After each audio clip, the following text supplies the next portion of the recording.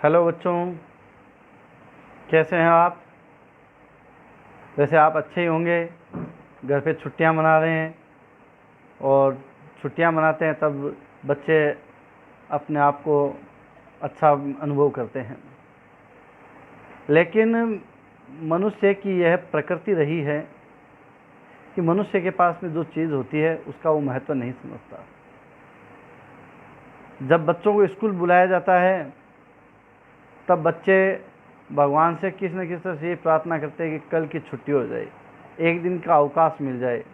और आज कुदरत ने जब हमारे सामने लॉकडाउन के कारण, इस महामारी के कारण छुट्टियां उपस्थित कर दी है, तब आज अपने को ये महसूस होता है कि स्कूल का कितना महत्व होता है। और बच्चे सब ये सोचते हैं कि स्कूल की छुट्टियां हैं वो ख़त्म हो जाए और स्कूल जाने का अवसर मिल जाए। अभी आप लॉकडाउन के चलते आप तो स्कूल नहीं आ सकते, लेकिन स्कूल आपके पास चल कर के आ रहा है ऑनलाइन चैनल के माध्यम से। मैं सिद्धार्थ लाठा आपके अपने इस ऑनलाइन क्लास में आप सबका स्वागत करता हूं। हिंदी भाषा की अपन बात ध्यान के तो हिंदी भाषा में अनेक जो व्याकरण के जो बिंदु हैं उनमें से एक छोटा सा बिंदु लेकिन बड़ा महत्वपूर्ण बिंदु तत्सम और तद्भव आज अपन यहाँ पर पढ़ रहे हैं। आप सबके ध्यान में रहे कि तत्सम और तद्भव जो है इनसे जुड़ा हुआ एक क्वेश्चन बोर्ड के एग्जामिनेशन में या किसी प्रकार के एग्ज़ाम में, प्रतियोगी परीक्षाओं के एग्ज़ाम में किसी न किसी रूप में देखने को मिलता है। इसलिए तत्सम और तद्भव इस महत्वपूर्ण बिंदु को अपन यहाँ पर पढ़ रहे हैं। आप सबके ध्यान में रहे कि हिंदी भाषा जो महत्वपूर्ण भाषा, अपनी जो फर्स्ट लैंग्वेज जो है, मातृभाषा है, मीडियम ऑफ लैंग्वेज है, इस भाषा की उत्पत्ति संस्कृत भाषा से हुई है और संस्कृत सभी भाषाओं की जननी मानी जाती है। संस्कृत भाषा से हिंदी की उत्पत्ति हुई है। संस्कृत, पाली, संस्कृत से पाली, पाली से प्राकृत और प्राकृत से अपभ्रंश और अपभ्रंश से हिंदी। वर्तमान जो हिंदी का अपन रूप देख रहे हैं वो अपभ्रंश से हिंदी से ही निकला हुआ है। ध्यान रहे कि जो अपभ्रंश के जो अनेक रूप हैं उनमें से जो सोर्स यानी अपभ्रंश है उससे हिंदी भाषा की उत्पत्ति मानी जाती है। हिंदी भाषा के शब्दकोश को अनेक भाषाओं के शब्दों ने समृद्ध बनाया है। तो अपन ध्यान करें, हिंदी भाषा के शब्दकोश में आकर के अनेक भाषाओं से, क्षेत्रीय भाषाओं से, संस्कृत भाषा से, देशज भाषा से, विदेशज भाषा से, सभी भाषाओं से आकर के शब्द मिलते गए और हिंदी भाषा का शब्दकोश है वो समृद्ध होता गया। तत्सम और तद्भव संबंधी जो प्रश्न की अपन बात कर रहे थे, किसी न किसी एग्जाम में पूछा जाता है। यह प्रश्न अनेक रूपों में पूछा जा सकता है। अपन ध्यान करें, जैसे कुछ शब्द दे दिए जाते हैं और उन शब्दों में से आपसे तत्सम या तद्भव पहचानने के लिए कहा जा सकता है। 4 शब्द दे दिए, बताइए निम्न में से कौन सा शब्द तत्सम है। 4 शब्द देकर के पूछा जा सकता है, इनमें से बताइए कौन सा शब्द तद्भव है। इस तरह से प्रश्न पूछा जा सकता है। या बहुत से शब्द दे करके, अपन जो बोर्ड एग्जामिनेशन की बात ध्यान करते हैं या स्कूल एजुकेशन की बात करते हैं तो वहाँ पर अनेक शब्द दे करके उनके तत्सम और तद्भव रूप पूछ ले जाते हैं। तत्सम शब्द उनका तद्भव रूप बताना है और तद्भव शब्द उनके तत्सम रूप बताना है। इस प्रकार से तत्सम और तद्भव। लेकिन अपन ये ध्यान करें, तत्सम और तद्भव को अपन पहचानेंगे कैसे, कौन सा तत्सम है, कौन सा तद्भव है और किस प्रकार से इनको अपन ध्यान करते हैं। तो आज अपन पढ़ रहे हैं तत्सम और तद्भव। सबसे पहले अपन बात ध्यान करें, तत्सम शब्द है क्या। तो अपन ध्यान करें, हिंदी भाषा के वे शब्द जो मूल रूप से संस्कृत से हैं। तत्सम, तत् का मतलब संस्कृत, सम अर्थात उनके समान है, अर्थात जो शब्द मूल रूप से संस्कृत के हैं और वर्तमान समय में वो हिंदी भाषा में वे उसी रूप में प्रयोग में आ रहे हैं, जैसे हैं वैसे के वैसे। उदाहरण के तौर पे अपन ध्यान करें, ज्येष्ठ शब्द है और ज्येष्ठ शब्द को अपन अगर ज्येष्ठ लिख रहे हैं तो इसका मतलब वह है हिंदी भाषा में संस्कृत भाषा से ज्यों का त्यों प्रयोग हो रहा है। लेकिन अगर ज्येष्ठ की जगह अपन जेठ या बड़ा शब्द प्रयोग करते हैं तो वह शब्द तत्सम शब्द न होकर के तद्भव होगा। इसका मतलब अपन ये कह सकते हैं कि जिनकी वर्तनी शैली में कोई भी परिवर्तन नहीं होता है, जैसे हैं वैसे एज इट इज अगर हिंदी में प्रयोग हो रहे हैं तो वे शब्द तत्सम कहलाते हैं। उदाहरण के तौर पे अपन ध्यान करें, जैसे रश्मि, रवि, पूजन, विद्या, ये सारे शब्द देखने में इस तरह से लगते हैं, ये शब्द तत्सम है, संस्कृत भाषा के से शब्द लगते हैं। वैसे भी अपन बात ध्यान करें तो सामान्य तौर पे शब्दों को बोलने मात्र से अपन पहचान जाते हैं। जैसे आमतौर पे अपन बोलते हैं तो इस तरह के शब्द बोलते हैं तो कोई कहता है ये तो संस्कृत के से शब्द लगते हैं, तो स्वतः देखने से ही पता चल जाता है, इनकी प्रकृति से ही पता चल जाता है ये तत्सम शब्द हो सकते हैं। तद्भव, वे शब्द जो मूल रूप से तो संस्कृत के ही हैं, लेकिन हिंदी भाषा में आते आते जिनकी प्रकृति बदल गई, जिनका रूप परिवर्तन हो गया, जिनकी वर्तनी उच्चारण बदल गया, अर्थात मूल रूप से तो संस्कृत के हैं लेकिन हिंदी भाषा में विकृत रूप में या परिवर्तित रूप में जो प्रयोग हो रहे हैं वो तत्सम शब्द, तद्भव शब्द कहलाते हैं। जैसे उदाहरण तो जैसे अपन ध्यान करें परिभाषा से, तो वे शब्द जो मूल रूप से संस्कृत के हैं लेकिन कालांतर में जिनकी वर्तनी उच्चारण में अनेक परिवर्तन आ गए, तद्भव शब्द कहलाते हैं। इन्हें अपभ्रंश शब्दों के नाम से भी जाना जा सकता है, इन्हें अपभ्रंश शब्द भी जान सकते हैं। एक बार आप इसका स्क्रीनशॉट ले लें ताकि आपके ध्यान में रहें। जैसे चित्रक शब्द जो है, ये संस्कृत का शब्द है चित्रक, और इससे शब्द बना है चिता। अपन ध्यान करें ये जो चिता शब्द जो है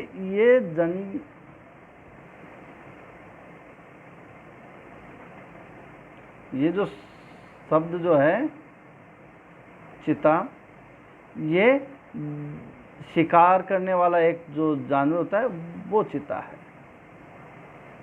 शिकारी पशु है ये, ठीक है ना, शिकारी जानवर। जबकि इसी चीज में अगर चीज छोटा कर दिया जाए तो इस चिता का अर्थ आप सब समझते हैं, जो चिता क्रिया जो होती है उससे बन जाता है। तो ये चित्रक मूल रूप से संस्कृत में शब्द था चित्रक, तो हिंदी की जैसे प्रकृति जो क्या है वो कठिनता से सरलता की ओर चलती है। तो चित्रक चित्रक बोलने में अपने को थोड़ा सा यूँ लगता है और चिता बोलने में कितना आसान सा लगता है। इसी तरह से हरिद्रा, हरिद्रा शब्द हल्दी, हरिद्रा जो कि आप प्रत्येक व्यक्ति के घर की रसोई जो है उसमें एक मुख्य मसाले के रूप में काम लेते हैं। टर्मरिक जो कि एंटीबायोटिक के रूप में अपन जिसको काम में लेते हैं, मसाले के रूप में काम लेते हैं ये। पर हरिद्रा शब्द जो है हरिद्रा से हल्दी बन गया। इसी तरह से अपन देखें तो व्याघ्र, व्याघ्र जो शब्द है वो व्याघ्र से वाघ बन गया हिंदी में। इसी तरह से अपने आसपास दिखाई देने वाला जो पेड़ है खेजड़ी, इसका अपन देखें तो मूल रूप से संस्कृत में नाम अक्षय जड़ी, और अक्षय जड़ी से बन गया खेजड़ी। इसका आप स्क्रीनशॉट ले लें ताकि आपके ध्यान में रहे। तत्सम शब्द, तद्भव शब्द। एक बार तत्सम शब्द का भी आपको मैं स्क्रीनशॉट दिला रहा हूँ, इसका भी आप स्क्रीनशॉट ले लें। हो गया होगा, इसका भी स्क्रीनशॉट लें, ध्यान में रहे आपके। यहाँ अब परिभाषा की बात तो अपने आ गई, लेकिन अपन यहाँ पर ध्यान करें कि वास्तव में तत्सम और तद्भव शब्दों को अपन पहचाने कैसे।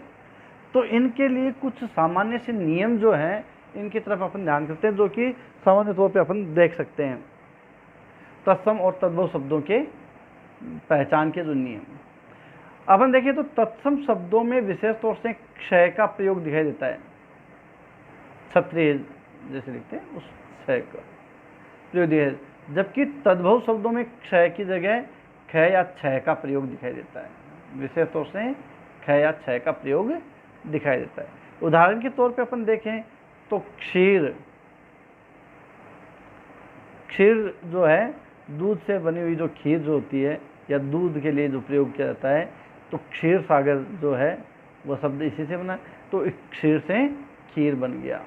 तो तद्भव जो रूप है वो क्या बना, खीर। इसी तरह से तो इसमें क्षय, क्षय है वो क्षय में बदल गया।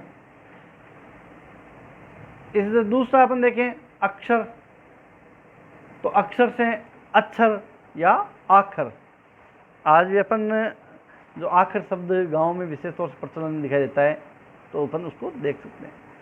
अक्षी, इसमें भी क्षय की जगह आप देख सकते हैं क्षय, आंख। तो इस तरह से अपन इन सारे प्रयोगों में अपन देख रहे हैं कि क्षय है वो या तो क्षय में बदल रहा है या क्षय में बदल रहा है। फिर अपन देखिए मक्षिका, मक्षिका शब्द जो है उससे बन गया मक्खी। मक्खी प्रत्येक घरों में दिखाई देती है अपने को, जैसे अपन अपनी भाषा में आमतौर पे माखी कह देते हैं, लेकिन मक्खी शब्द जो है। दूसरा अपन नियम ध्यान करें तो प्राय जो तत्सम शब्द होते हैं उनमें वय का प्रयोग दिखाई देता है, वय शब्द, और जबकि तद्भव शब्दों में वय की जगह वय का प्रयोग विशेष तौर से दिखाई देता है। उदाहरण के तौर पे अपन देख सकते हैं कुछ उदाहरण। वणिक, वय, लेकिन तद्भव में जब ये बना तो वय का परिवर्तित रूप वय वय में बदल गया और बणिया बन गया। इस तरह से वर्षा, वय, तद्भव में बरखा या बरसात। वक, वक से बगुला। इस तरह से वर यात्रा, वह फिर वह में बदला और शब्द बना बारात। वर यात्रा बोलने में थोड़ा सा यूं लगता है, क्लिष्टता दिखाई देता है, और ये धीरे से कठिनता से सरलता की ओर चलते बारात में बने। विवाह है, और अपन आजकल बोल देते हैं ब्याह। ये सब तत्सम से तद्भव बने हुए रूप हैं। अगला उदाहरण नियम अपन ध्यान करें। तत्सम शब्दों में तालव्य सह का प्रयोग विशेष तौर से दिखाई देता है।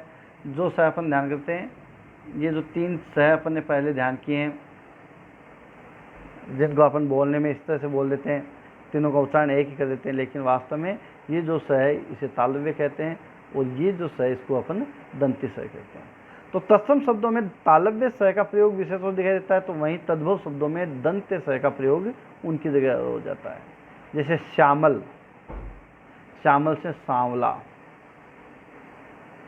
सुख, सुख, और हिंदी तद्भव में सुआ, तोता जिसे अपन कह देते हैं। सुंड, और तद्भव में सूंड। इस तरह से ससुर, और तद्भव में ससुर शब्द बन जाता है। तो ये अपन ध्यान दे रहे हैं। अगला नियम अपन ध्यान करते हैं।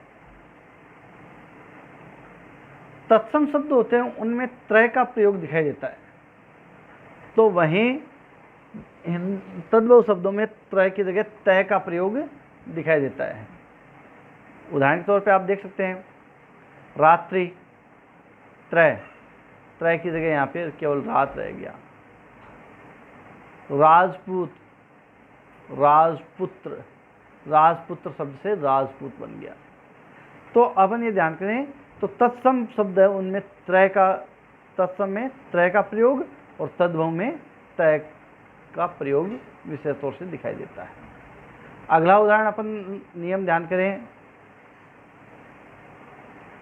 तो तत्सम शब्दों में री का प्रयोग दिखाई देता है, जबकि तद्भव शब्दों में री की जगह रे का प्रयोग दिखाई देता है। आजकल अपन ये ध्यान करें, विशेष तौर से ये जो रे है इस री का उच्चारण र की तरह होने के कारण बहुत से जो तत्सम शब्द हैं वो लुप्त होते हुए दिखाई देते हैं, जिनको अपन ध्यान करें। ऋषि लिख रहे हैं तो ऋषि की जगह र लिख करके ऋषि लिखने लग गए हैं। इस तरह से ऋतिक शब्द जो है उसमें ऋत्विक है, ऋतिक है, इस तरह के शब्दों में री शब्द जो है वो लुप्त होता हुआ दिखाई देता है। तो वहाँ पर अपन ध्यान करें दृष्टि। अब दृष्टि शब्द जो है री का प्रयोग इसमें हुआ है, लेकिन इस तरह का प्रयोग दिखाई देने लग जाता है, जबकि ये वास्तव में गलत है, लेकिन फिर भी इस तरह प्रयोग देते हैं। वास्तविक दृष्टि से जो तद्भव शब्द जो बना वो दीठ है, जो राजस्थानी भाषा में विशेष रूप से दीठ है, दृष्टि के लिए प्रयोग किया जाता है। दूसरा अपन उदाहरण ध्यान करें, विसर्ग का अगर कहीं कोई प्रयोग दिखाई दे रहा है तो हमें ये मान लेना चाहिए कि ये शब्द निश्चित रूप से संस्कृत का है, ये तत्सम शब्द है। लेकिन जिन शब्दों के साथ में विसर्ग का प्रयोग हो रहा है, अगर वो हिंदी भाषा में जो कि त्यों प्रयोग हो रहे हैं तो उनमें अपन विसर्ग प्रयोग हटा भी देते हैं। देखने ज्येष्ठ शब्द लिख रहे हैं, अब विसर्ग हटा दिया, जेठ लिख रहे हैं, ठीक है। आजकल प्राय शब्द लिख रहे हैं तो उसको भी आगे विसर्ग न लगा करके अतः है, विसर्ग कई जगह नहीं लगाते। तो ये सरलता की तरफ लाने के लिए अपन क्या करते हैं, उनको विसर्ग को हटा रहे हैं।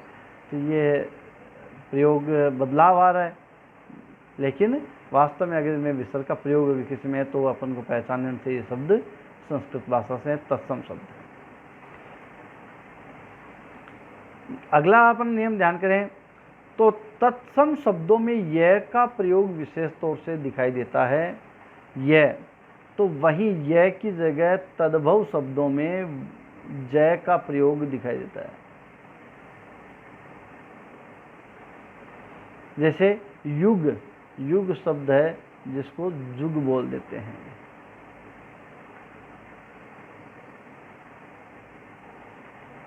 अगला नियम, तत्सम शब्दों में अनुस्वार का प्रयोग दिखाई देता है, जबकि तद्भव शब्दों में अनुस्वार की जगह अनुनासिक वर्णों का प्रयोग दिखाई देता है। मैं हलंत होता है तो उसको अपन अनुस्वार की तरह ऊपर बिंदी की तरह अपन लिख देते हैं, लेकिन तद्भव शब्दों में उनकी जगह अनुनासिक शब्द गोधूम, मैं अनुस्वार में जाता है लेकिन आगे मैं हलंत होने से, लेकिन गेहूँ इसको अनुनासिक के रूप में अपन लिख रहे हैं। तो इस प्रकार से ये कुछ नियम हैं जिनके द्वारा अपन तत्सम और तद्भव शब्दों को पहचान सकते हैं। आपको ये वीडियो कैसा लगा शेयर और कमेंट कीजिए, लाइक कीजिए, शेयर कीजिए और सब्सक्राइब कीजिए, ताकि मेरे जो भी नए अपडेट्स हैं वो आपको आपके मोबाइल पर प्राप्त होते रहें। घर में रहिए, सुरक्षित रहिए। धन्यवाद।